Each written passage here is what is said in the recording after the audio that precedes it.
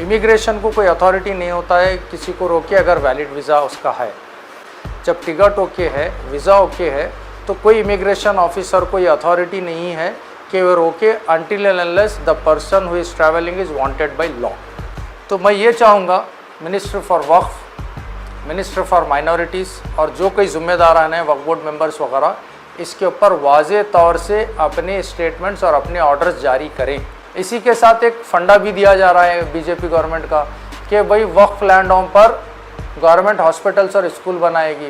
क्या गवर्नमेंट की जागीरी है वक्फ बोर्ड?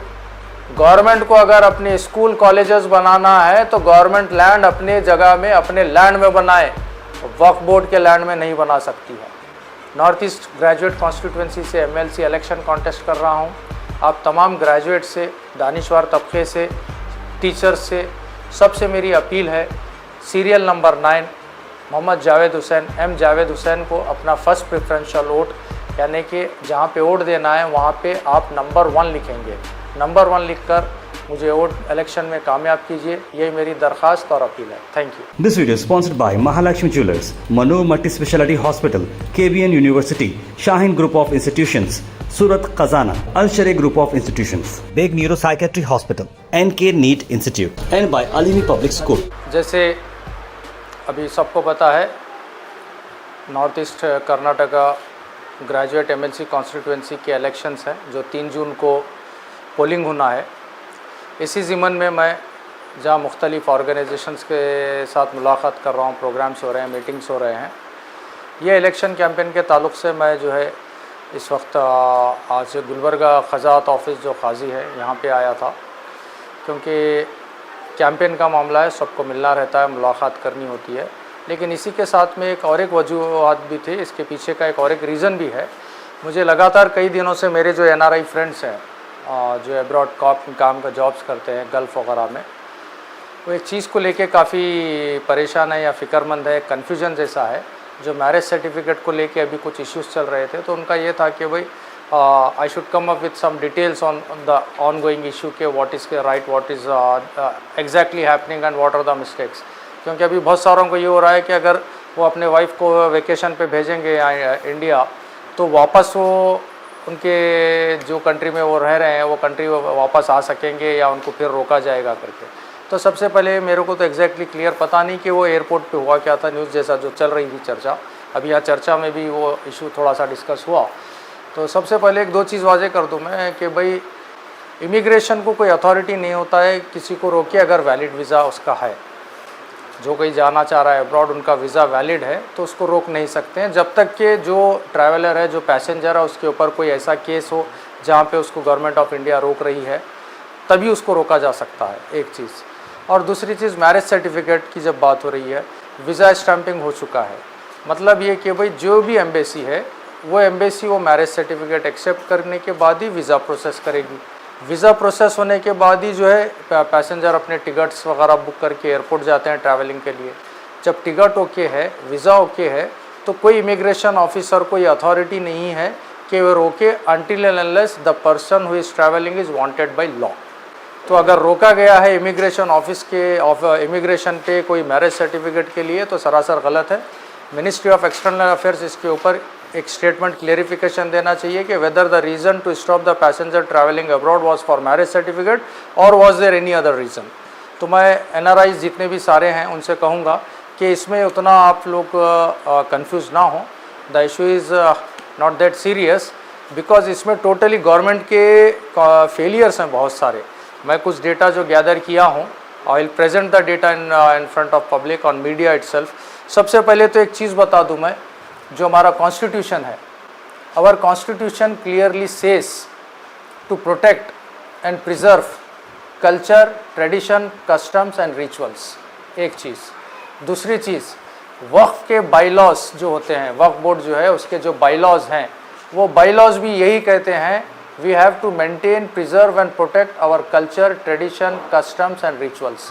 अब प्रॉब्लम ये है कि इस इलाके का, जो हम हैदराबाद कर्नाटका, जो आज कल्याण कर्नाटका नाम से हम जानते हैं, जो कि नॉर्थ ईस्ट ग्रेजुएट कॉन्स्टिट्यूंसी भी है, ये इलाके में एक सिस्टम है ख़ज़ात का, अंजुमन ख़ज़ात का जो सिस्टम है, ये क़दीम है बहुत, आज से लगभग 300 से 600 साल का अरसा है जो इसकी तारीख़ है।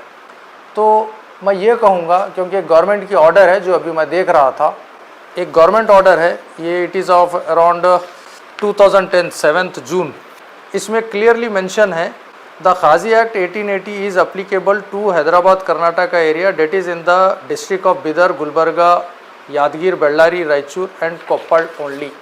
मतलब गवर्नमेंट ऑफ कर्नाटका यहाँ तस्लीम कर रही है कि कॉन्स्टिट्यूशन के तहत जो कल्चर, ट्रेडिशन, रिचुअल्स जो प्रोटेक्ट करना है वो प्रोटेक्ट करने की बात यहाँ पे करी है।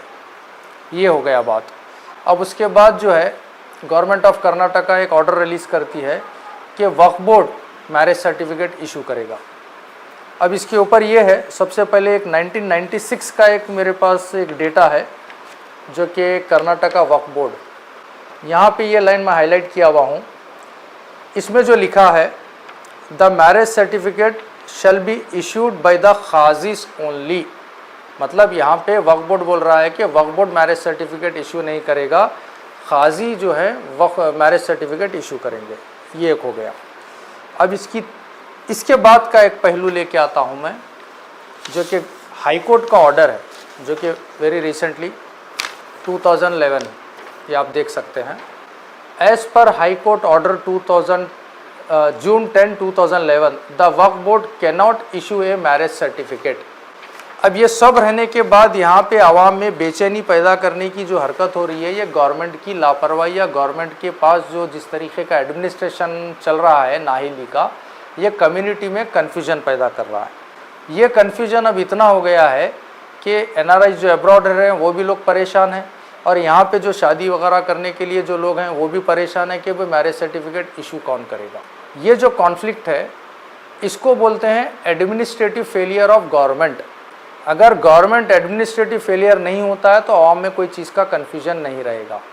गवर्नमेंट या तो हाईकोर्ट ऑर्डर को माने, एक अगर इसको नहीं मानती है तो अपने ये ऑर्डर को माने जो पहले दे चुकी है हैदराबाद कर्नाटका रीजन के लिए।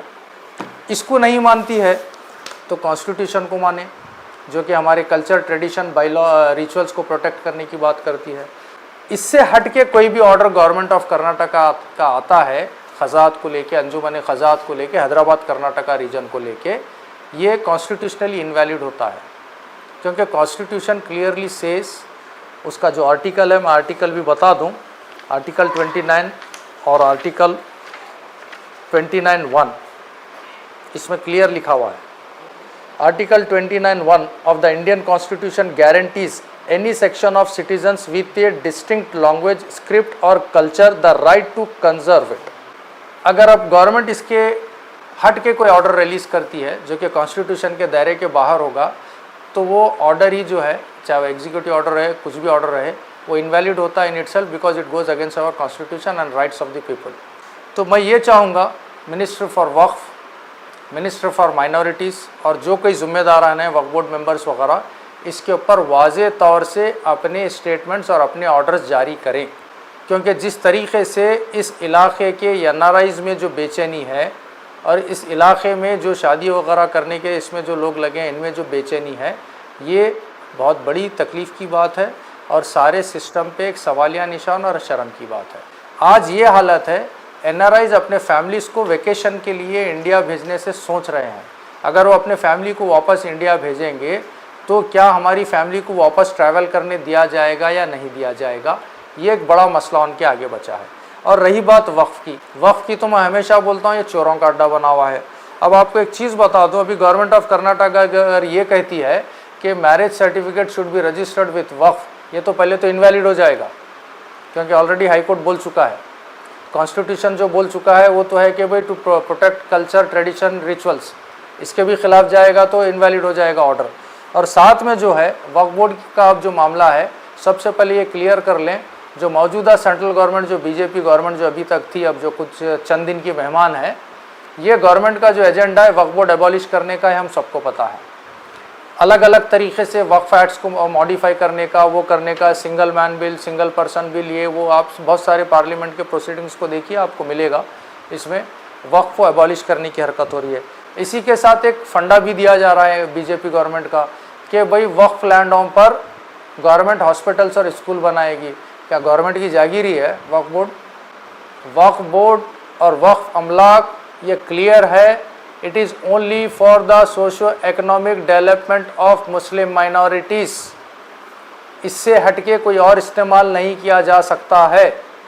गवर्नमेंट को अगर अपने स्कूल कॉलेजेस बनाना है तो गवर्नमेंट लैंड अपने जगह में, अपने लैंड में बनाए, वक्फ बोर्ड के लैंड में नहीं बना सकती है। वक्फ बोर्ड का इस्तेमाल, वक्फ बोर्ड की मिल्कियत का इस्तेमाल गरीब, गुरबा, यतीम, मिस्किन जो मुस्लिम हैं, इनके सोशो इकोनॉमिक एजुकेशनल पर्पस के लिए ही किया जा सकता है। ये वाज़े हैं, ये बाईलॉज हैं, ये रूल्स हैं, ये सारी चीज़ें सबको पता है। लेकिन अब जो मुद्दा था इलेक्शन के मुद्दे पे, मैं ख़ज़ात ऑफिसर जो सारे 7 डिस्ट्रिक्ट में हैं हमारे, मैं सारे ख़ज़ात ऑफिस से मिल रहा हूँ मेरे कैंपेन के सिलसिले में। तो वहाँ पे ये चर्चा हो रही है कि ये जो मामला अभी जो पैदा हुआ है, ये पेचीदगी जो गवर्नमेंट की नाकामी से एक मसला बना हुआ है, ये मसले के ऊपर मैं अपील करता हूँ गवर्नमेंट अपने वाज़े तौर पे खुले अल्फाज में सिस्टम के अकॉर्डिंग, कॉन्स्टिट्यूशन के अकॉर्डिंग, कोर्ट के डायरेक्शन के अकॉर्डिंग और अपने वक्फ बोर्ड के बाईलॉज के अकॉर्डिंग ही काम करे। इससे हट के करना है तो फिर कॉन्स्टिट्यूशन को अमेंडमेंट करना होगा।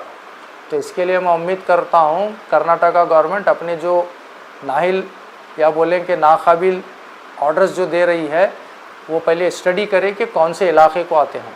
अगर उनके ऑर्डर्स हैं ख़ज़ात ऑफिस को वक्फ बोर्ड से जोड़ने के, तो वो इलाके के लिए होंगे जहाँ ख़ज़ात का सिस्टम पहले नहीं था। जैसे साउथ कर्नाटका का एक अपना ट्रेडिशन कल्चर है, वो अलग है, नॉर्थ कर्नाटका की तहज़ीब, कल्चर, ट्रेडिशन, रिचुअल्स यहाँ पे अलग हैं। तो इसके लिए गवर्नमेंट यहाँ पे जो हमारा कॉन्स्टिट्यूशन कहता है, हर इलाके के कल्चर, रिचुअल्स, ट्रेडिशंस को प्रोटेक्ट करना, कस्टम्स को प्रोटेक्ट करना है। कॉन्स्टिट्यूशन जो राइट दिया है उसके तहत वो देखते हुए गवर्नमेंट अपने ऑर्डर्स जारी करना चाहिए। और इसी के साथ मैं तमाम जो भी ज़ायरीन देख रहे हैं उनको मैं अपील करता हूँ, मैं नॉर्थ ईस्ट ग्रेजुएट कॉन्स्टिट्यूंसी से MLC इलेक्शन कॉन्टेस्ट कर रहा हूँ।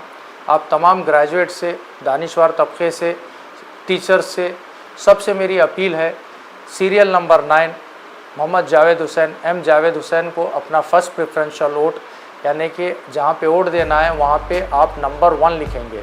नंबर 1 लिखकर मुझे वोट इलेक्शन में कामयाब कीजिए, ये मेरी दरख्वास्त और अपील है। Thank you. This video is sponsored by Mahalakshmi Jewelers, Mano Multi-Speciality Hospital, KBN University, Shaheen Group of Institutions, Surat Khazana, Al-Sharia Group of Institutions, Beg Neuropsychiatry Hospital, NK NEET Institute, and by Alimi Public School.